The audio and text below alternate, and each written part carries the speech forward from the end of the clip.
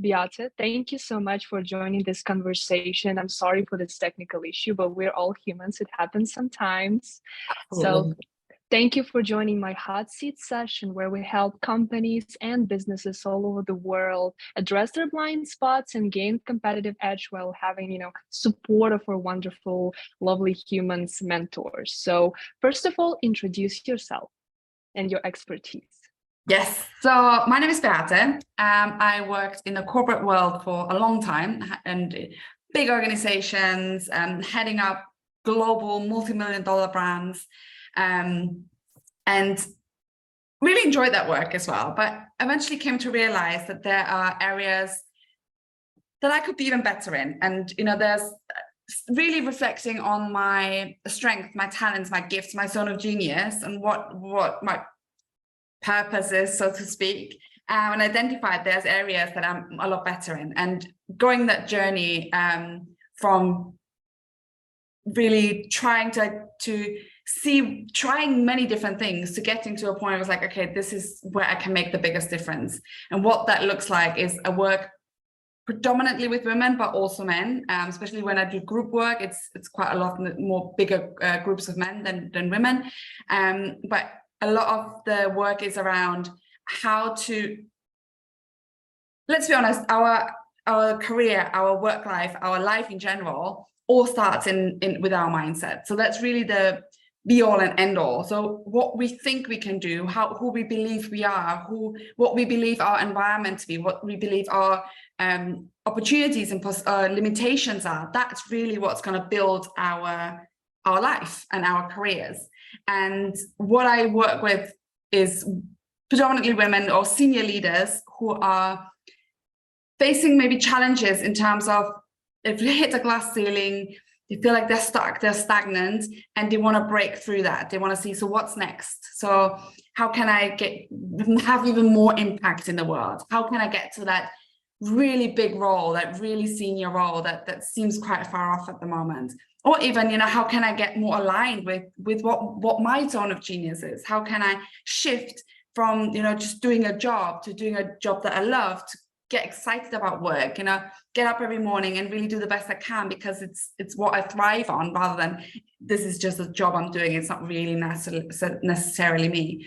So in a nutshell, I help people really get to their next level of themselves and therefore up-leveling their life, their careers at the same time, because our external world is only ever a reflection of our internal world. So help them shift their internal thinking and belief systems and mindset to be able to create changes in the external world. I absolutely like it. Hello, Bobbi. How are you today? Really glad you joined. Oh, you're muted.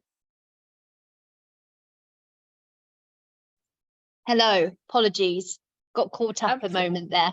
Absolutely no big deal. We're introducing each other, so you can start. Tell us about yourself and your expertise. Hi, yeah, sure. So I'm Bobbi. I am the co-founder of a startup called WellWise. We specialize in helping organizations to diagnose and strategize around their employee and business well-being challenges. A lot of what Beate was just saying is resonating a lot. There's a lot of overlap there. But for us, it's about helping organizations understand the levers that they have in their control and in their businesses, that maybe if they push them in one direction, that they're going to create languishing well-being, and then the knock-on impact of that on performance and teamwork and enjoyment and satisfaction. And then if they pull them in a different direction, how can they tackle some of those challenges that are causing people to be disengaged or burnt out or demotivated, etc. So really helping organizations to understand that this stuff is not out of their control, but rather in their control, and then giving them the understanding and the skills to start tackling that at the root cause, I suppose. Great, thank you so much. It's great to get to know both of you. So my first two questions, they're more in depth about your expertise before we proceed to talking about the interconnection of mindset and well-being. So first of all, Beate, how can individuals' mindset impact their work performance and satisfaction? And why is it so important why are you passionate about this? So it goes back to the point that I said earlier, our mindset really determines how we are showing up in the world. So, and how we interact with other people, how we see opportunities. So with a growth mindset, you're going to be a lot more open to trying new things, to failing. You know, I think in our culture, and especially in the workplace, failure has got such a negative connotation, but it's really the core of being successful. If you don't, I always like to say to my clients, if you don't fail, you're not trying hard enough. You're not gonna get to the level that you want to be, or the life that you want to have, without failing. But so if you can shift our thinking about failure and start putting more confidence in ourselves and in our thinking, then we are more open to taking those risks and to trialing new things. We become a lot more innovative in the way we approach work. Another great point as well is as simple as, if you have a growth mindset and you put positive energy in your work, in yourself, in interacting with your colleagues, like, just think about it. Who would you rather hang out with? Somebody who is, you know, constantly complaining, constantly being frustrated, constantly stressed. And I'm sure that goes back to Bobbi. You know, people who are happy and positive, they will get more opportunities because people want to hang out with them. People want to network with them. People want them in their teams. So there's about 10, 15 different probably things that I could list right now of how mindset really affects people's careers and therefore then the organization as well. But it really comes down to recognizing that we all have a certain perspective of life and how we perceive the world. And we can sometimes, and we all do, get so caught up in that one way of looking at things. And by changing and shifting your mindset and starting to think about things in a different way, you start to open up that narrow vision that you might be having. And by opening that up, that extra kind of space on both sides, that's where success lies. That's where the opportunities lie. This is where your progress lies. This is where you come to the other side like, oh my God, I can't believe that's happened. I've done that. But it's often quite hard to do that for yourself. So because we are so caught up in our own kind of way of thinking, and for us that's natural, that's what we know, that's all we know. So sometimes it really needs somebody else, or for example a workshop or a group, or sometimes friends can help with that as well, or somebody like a coach can help you actually, like, you know, there's a different way of looking at this, and if you shift your mindset just a little bit, that can make a huge difference. So how I kind of explain that as well is, if you were in the middle, we live in Dubai, if you go into the desert somewhere and you start walking in one direction and you just take a tiny small step to one side and you walk for 100 kilometers, you'll be at a very different destination. So shifting your mindset in just even small increments can get you somewhere very different in the long term. And yeah, that's how mindset really impacts and why it's so important. I mean, mindset really creates our reality. So why wouldn't you try and work on your mindset? I find it mind-blowing when people are like, yeah, they go to the gym and they think about their health, but they don't work on their mindset, when that's really the core of what's going to create your life. I absolutely like the reference about the desert. It makes it so vivid to understand the problem. Yeah. Thank you. So, and Bobbi, how can individuals' well-being influence their performance and satisfaction at work? Well, I mean, it is, I suppose, the biggest factor. You know, everything about what happens in the workplace impacts, and in our life impacts our well-being. So if we have if we make a mistake at work and we're chastised for that, then that's going to have an impact on our well-being. If we have a positive, experience around, like Beate was saying, that we need to understand that making mistakes and failing is a huge part of our growth. And I think for me, it's really interesting because we're not yet very good at connecting well-being and performance in businesses. We talk about lots of things to engagement and commitment and loyalty and productivity and all these things. And actually, all of those things are really about well-being in the biggest concept of the meaning of the word. How do we show up? What's our sense of achievement around things? How confident are we to take on a new challenge or take a risk? This all is driven by having a high sense of well-being. And so that well-being, yes, it comes from sleeping well and eating well and doing your exercise and stretching your mind and having an open mindset. But it also comes from the way that in workplaces we're supported, the way that our managers and leaders show up for us, the sort of techniques that are used to get the best from us or maybe crush us, etc. And I think, it's really interesting listening there because organizations have a mindset as much as individuals, right? And they start doing things in a certain way. They're governed by policies and procedures and ways of doing things. And they keep doing it and keep doing it and keep doing it and keep doing it, even though the world around them is changing, value systems are changing, people are changing, and one size never fits all, right? So we have one policy for all 5,000 people that work in our business, and what that does is it destroys well-being because it doesn't account for the individual. It doesn't make the most of the individual. But we have it in our mindset, well, this is the policy and this is the way we do things, this is the way we've always done things. And so we keep behaving in this way. We keep applying these same techniques and then wondering while we're coming up against retention issues and performance issues and engagement issues and all the rest of it. So gosh, well-being is so related in the broadest sense, is so related to performance, and as a result has a knock-on impact to businesses. So I'm hoping that what we're doing is helping organizations to better understand that and to start tweaking things a little bit and maybe break out of some of that corporate mindset that they've got themselves stuck into, and maybe rethink things and open their mind to new ways of doing things that are going to yield better results for everybody. Thank you, Bobbi. I actually like that you answer. It subconsciously led me to the question that I'm going to ask you both. So imagine that the company's business, they understand the importance of the mindset and well-being, and they trying to implement both growth mindset strategies and some corporate well-being initiatives. And I know it can be overwhelming to employees. It can be kind of frustrating, to leaders and to employees. How can we mitigate those, challenges? How can we not make the mistakes of running these two initiatives and doing them together, not colliding them? So any of you can start. Any of your thoughts are welcome.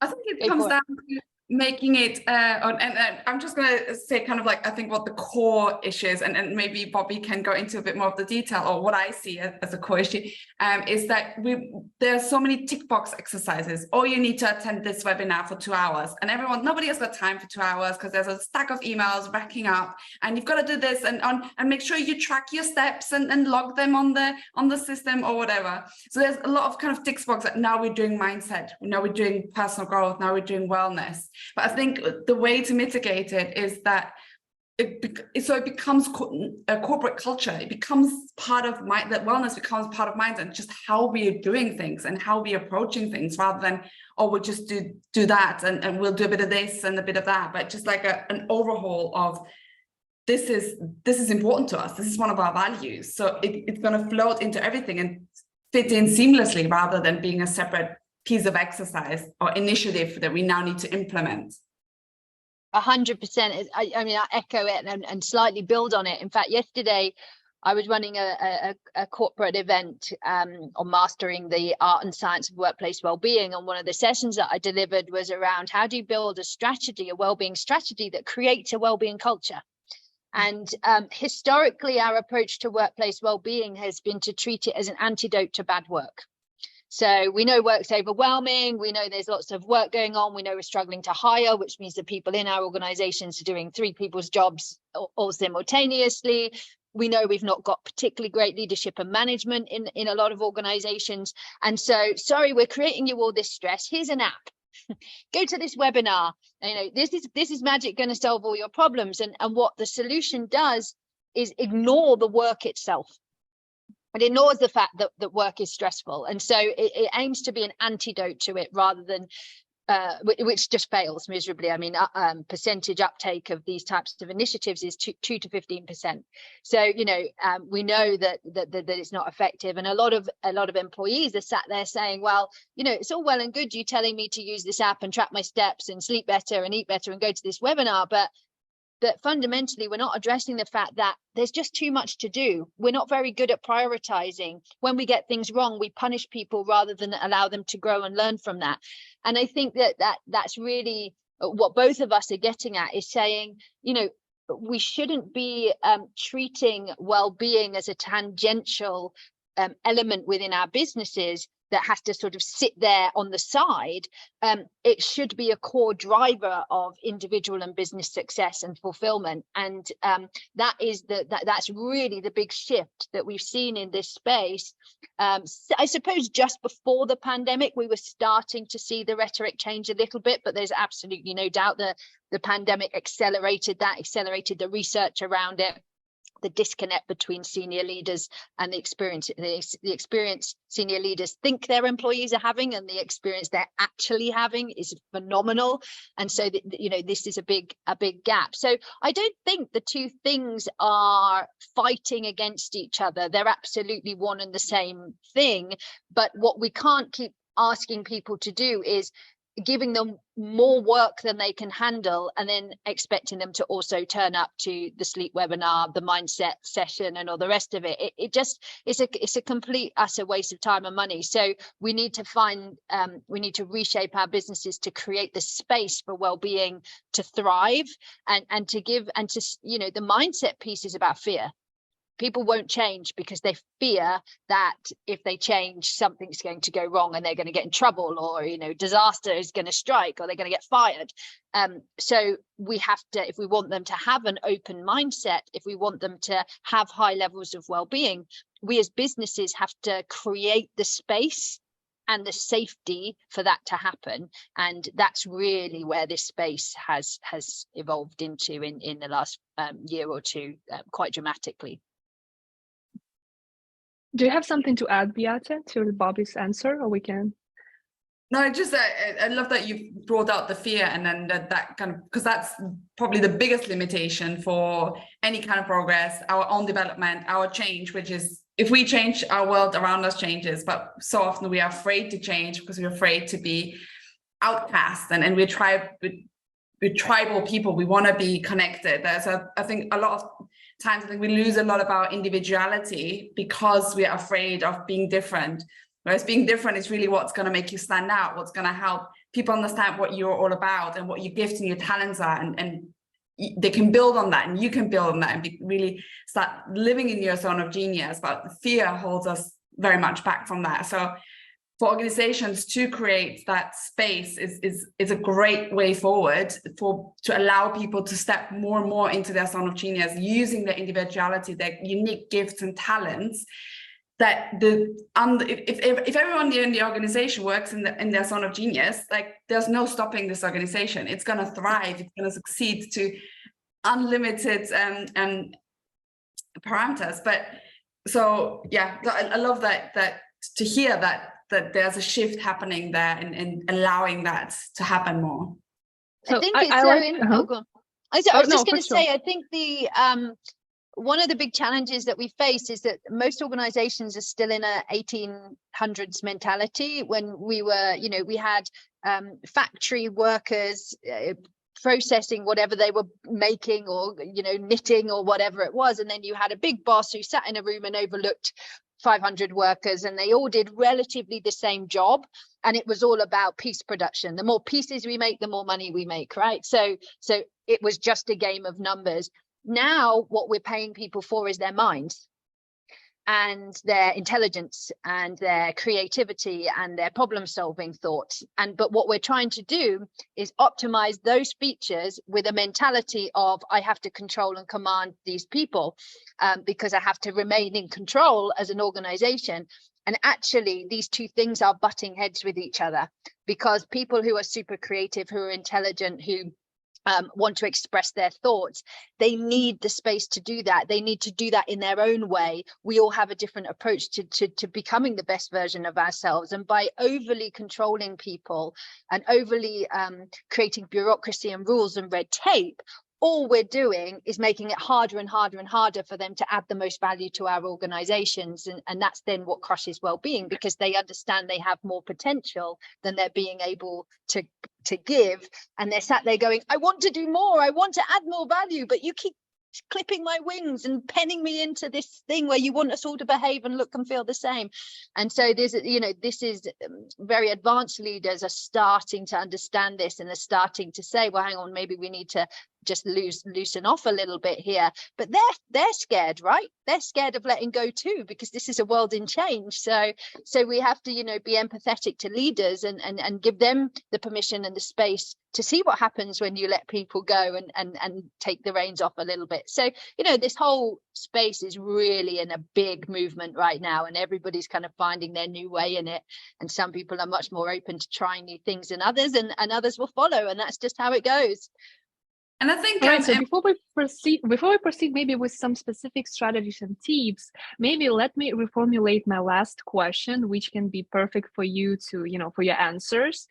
I like that we were talking about the disconnect between leaders and the workforce, that we're kind of stuck in the past and now we're different. So how can this, switch, Beate, in this growth mindset for leaders help, influence the approach to their employee well-being? So here in this, in this answer, we can proceed to some tips and strategies from you specifically. So I think what I'm seeing a lot of, there's a lack in leadership of really seeing the employee for who they are, rather than being, this is the role we hired you for, and this is your your job description, and you better tick all of them off, and you better follow the goals that have been set for that job description, rather than really seeing what is that person's talents, what are they contributing, what are they good at, and really starting to see that, and being able to then also not just stick to those strict job descriptions, but maybe make some hybrid roles. How can you change maybe the role that they're in a way that really supports them in their natural, gifted, talented way of doing things, rather than forcing it but this is what you're hired to do, so you've got to stick into this. But the person might get really frustrated, really annoyed, and really going back to what Bobbi said earlier, they're not being valued for what they could contribute, because they're being kept in this little box of this is your job. And what I see as well is that people are not willing to put up with that as much anymore. I'm doing currently a big research project, and I'm talking to a lot of women who have got to a good level in their careers, and to see kind of what are their main challenges personally and with work, within work. And the biggest common thread that I see across all the conversations is, I don't feel valued for what I can do and for who I am. I don't feel seen. I don't feel recognized for all I have been contributing. It's just well, that's what you're hired to do anyway. Or if you do something over and above, well, great, but so what? So they're really I know I've got so much, I've got so much impact. I want to love my work. I want to, I'm not afraid of working hard, but I want to do it in a way that I feel good at, that I'm excited, that I'm empowered in, that I am recognized for. And I think there's a lot of mismatch happening. That's where the friction is, and where I think leaders, it's part of employees to say express themselves that this is who I am, and this is what I want to do, this is what I'm good at, which I think we often shy away from as well. But also in leader to start seeing people and really being open to shifting and changing according to what they see. 100%. It's such an interesting topic. We were talking yesterday a lot about being governed by your P&L. So, P&Ls ultimately drive investment, and they drive wages, and they drive what we report at the end of financial year and all this stuff. And the problem with that is a lot of the stuff that we're talking about doesn't show up on your P&L as a line item that's easy to spot. Good well-being in a workplace is going to show up in little spots everywhere. You know, all the evidence says you're going to have better sales, you're going to make better profits, better shareholder returns, you're going to have more engagement, more productivity, more motivation, more team cohesion, better culture, all of that stuff, right? So almost everything that a leader does care about and that they're doggedly trying to measure all the time, well-being is a driver of all those things. But what they see is, it's costing me X to pay for well-being things and to make changes in the business and to train leaders to be better. So cost. But then they're really struggling to see how that's showing up on the P&L. And so by being so governed by that, you know, they're just seeing this stuff as a cost and not an investment. And also the real habit of being really impatient. We want everything now. You know, we want to buy a well-being solution and then next month everybody's happy and productivity's gone up 5%. Well, forget it. People don't change that fast, and it just, you know, it just doesn't take that. And that whole thing is the other things in your business that are working in opposition to that are just making that less and less likely to happen. So there's, you know, there's some real challenges here in terms of understanding that we have to fundamentally, our businesses should be a reflection of what's happening outside our businesses. That's the way we design new products and we sell and we attract customers and all the rest of it. But the same is absolutely true of our employees. And there is a fundamental shift in the way we think. There's a fundamental shift in what we're looking for out of life. There's a fundamental shift in the sort of money. Oh, money's the other big one. So the other P&L lie that we tell ourselves is that people are only looking for more money in work. You know, that they want to progress, and that means a promotion, and we only have so many roles at the next level up, so that, you know, we can't all be promoted, so therefore everyone else just has to stay in their lane. But actually people are very happy to take less money, we know, if they feel that the other elements of their well-being are being taken care of. Now, of course, they don't want to be poor and desperate and struggling financially, but if they're financially comfortable and they're getting those growth opportunities, they're being stretched, they're being challenged, they're being able to feel valued, they have a sense of security that they're here for the long term, and that they're going to be continued to be developed, and that they can go home at 5 o'clock and have dinner with their kids without being punished for it. You know, that is what they're looking for. It doesn't have to always be a financial reward. And that's another old mentality shift that I think leaders are scared of, that, oh, this is all going to, you know, we've got to keep paying, we've got to keep paying.